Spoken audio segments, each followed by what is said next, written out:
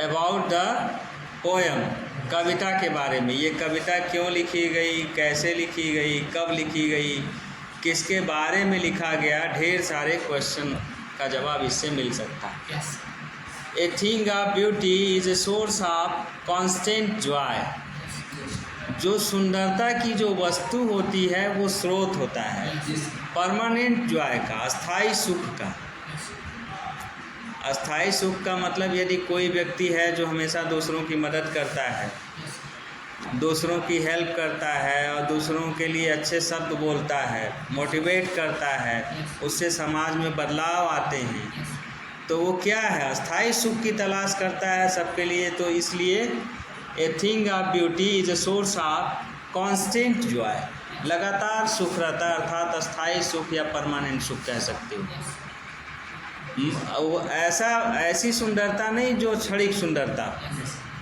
जैसे जो व्यक्ति, लड़का हो या लड़की, जब जवान रहता है तो वो सुंदरता जो होता है वो परमानेंट सुंदरता नहीं होता है, वो क्षणिक सुंदरता।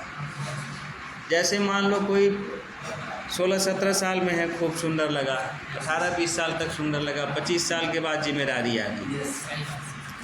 जिम्मेदारी के चक्कर में न अपने सजने संवरने का किसी के पास टाइम है, न खाने पीने का टाइम है, सिर्फ कमाने में, जिम्मेदारी में पूरा जीवन बीत जाता है। और उसके चक्कर में दिनचर्या डिस्टर्ब होता है तो आदमी धीरे धीरे बूढ़ा होता जाता है। और जिसका नहीं होता थोड़ा दिन तक जवान रहता है, मगर उसको भी बूढ़ा होना ही है, ठीक है। और बहुत करेगा, यदि लंबा खींचेगा तो 100 साल इंडिया में, यदि मान लो जैसे लंबा खींचेगा तो 100 साल। अब उसके बाद तो उसके लिए जीना ही उसका काल हो जाएगा।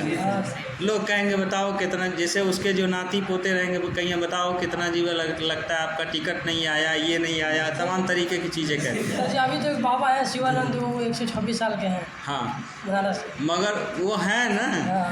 अब पता नहीं उसमें हकीकत कितना है। कभी कभी लोग डेट ऑफ बर्थ अपना घटवा बढ़वा के बताते हैं। समाज में बहुत सारी जैसे ऐसी चीज़ें हैं जो गलत चीज़ें बहुत जल्दी फेमस हो जाती हैं, चमत्कारिक चीज़ें बहुत जल्दी फेमस हो जाती हैं, और जो वास्तविक चीज़ें वो धरी की धरी रहती हैं। Beauty can be found everywhere, सुंदरता सब जगह पाया जा सकता है। It is something that has the ability to transform lives.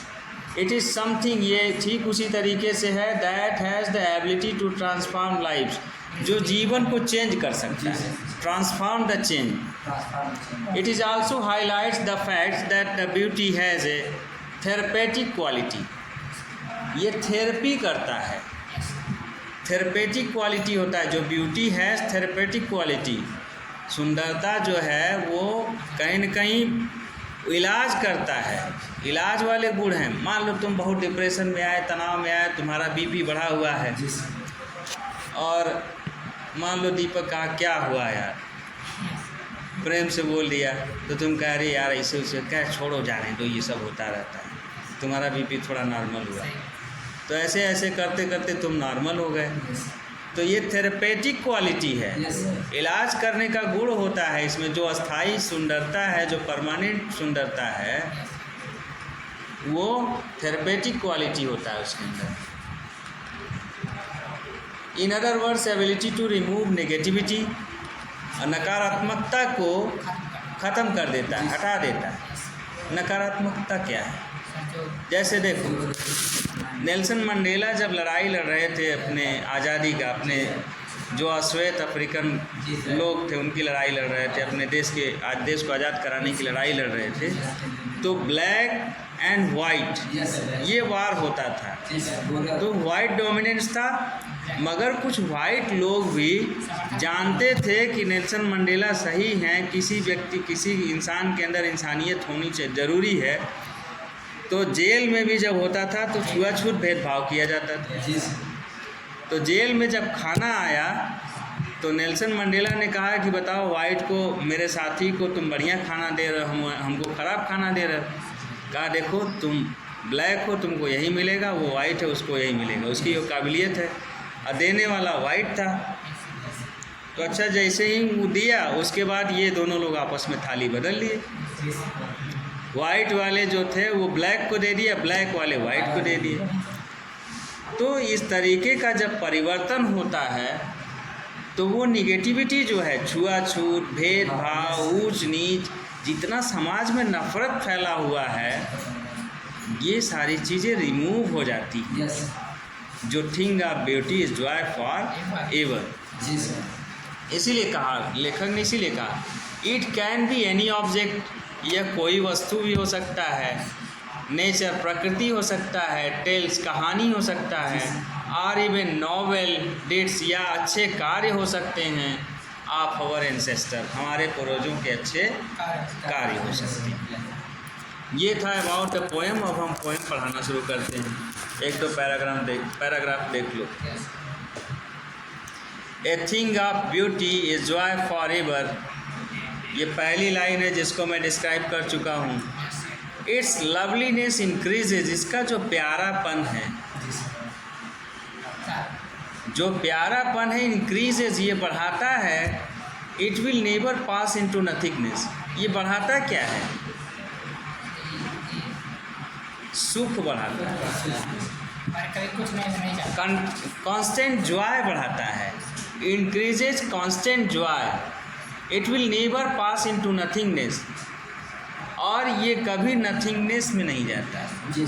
Nothingness का मतलब ऐसा नहीं कि कुछ नहीं होगा, कुछ न कुछ तो जरूर होगा। शून्य में कभी नहीं जाता, कुछ न कुछ तो जरूर होगा। But will keep a bower quite for us, और ये हमारे लिए एक बौछार टाइप का है, फव्वारा टाइप का है, जिससे हल्की फुल्की ब्रीज टाइप का बौछार आता है, जिससे हम रिलैक्स फील करते हैं।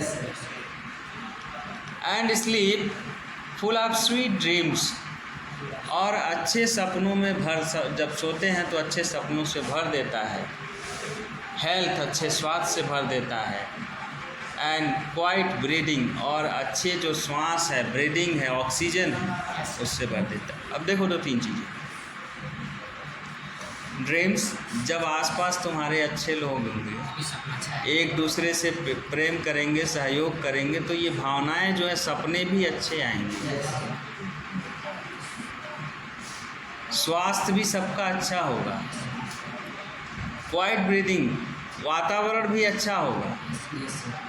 मगर जब एक दूसरे से नफरत करेंगे, छुआछूत भेदभाव करेंगे, तो कहीं न कहीं न स्वास्थ्य, जो करेगा उसका स्वास्थ्य बढ़िया होगा, और जिसके साथ होगा उसका भी स्वास्थ्य नहीं बढ़िया होगा।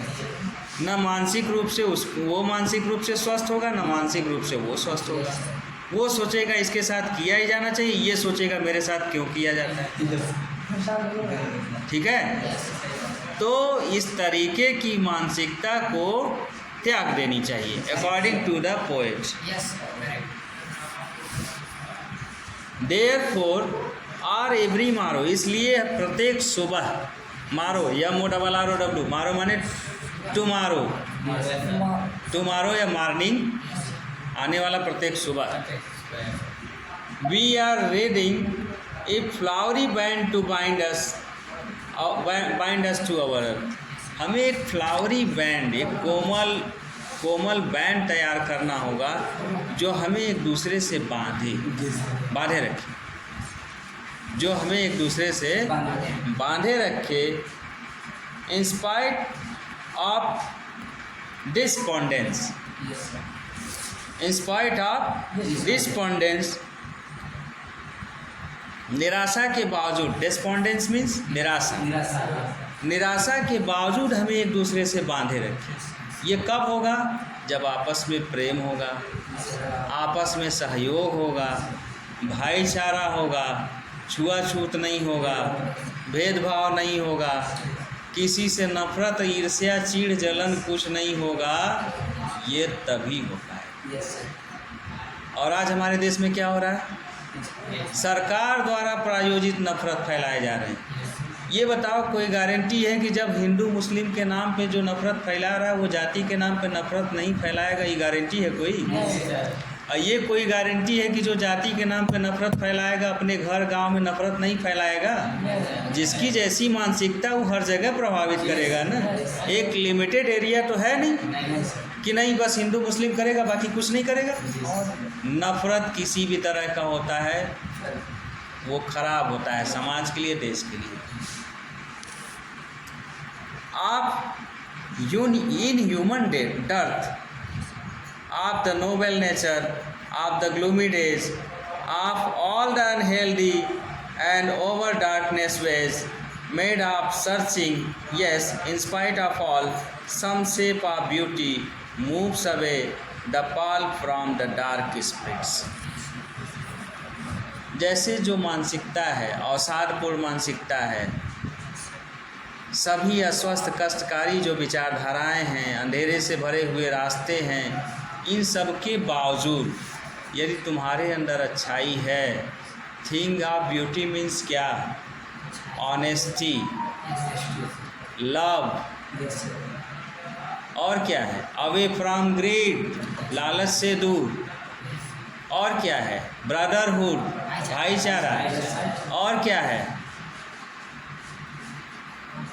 और क्या है? यदि ये सारी चीज़ें तुम्हें हैं तो तुम्हें कितना हूँ कष्ट आएगा, तुम्हारे रास्ते में कितना हूँ अंधकार आएगा, एक न एक दिन तुमको अपनी मंजिल मिल जाए। अब देखना, नफ़रत करने वाले की साइकोलॉजी जो होती है उसके पास पेशेंस नहीं होता, पेशेंस नहीं होता, धैर्य नहीं होता। कभी देखे हो? नफ़रत करने वाले के सामने प्रेम की बात करो वो तुरंत भड़क जाएगा, उसके पास पेशेंस नहीं होता। और जब उसकी साइकोलॉजी यही है कि उसके पास पेशेंस नहीं है तो क्या वो अपने टारगेट पे कभी सक्सेस हो पाएगा? सफल होने के लिए धैर्य बहुत ज़रूरी है, ठीक है? बिना धैर्य के इंसान कभी सफल नहीं हो सकता। तो लेखक वही करे कि जब ये सारी चीज़ें तुम्हारे पास हो तो तुम्हारे जीवन में कितना हूँ कष्ट आए, कितना हूँ अंधकार आए, कितना हूँ अवसाद से तुम भरे रहोगे, तुम्हें तुम्हारी मंजिल अवश्य मिले। और ये सारी चीज़ें अंधकार को, अवसाद को, सभी कष्टकारी चीज़ों को, अंधेरों को, सबको हटा देती हैं, सारी चीज़ों को हटा देती हैं। इतना रहने दो, 2 पैराग्राफ बचा है, इसको पढ़ाएंगे बाद में। ऐसा इसलिए कि 2 दिन में पढ़ाएंगे तो रिवीजन होता रहेगा, लाइन रिपीट होगा।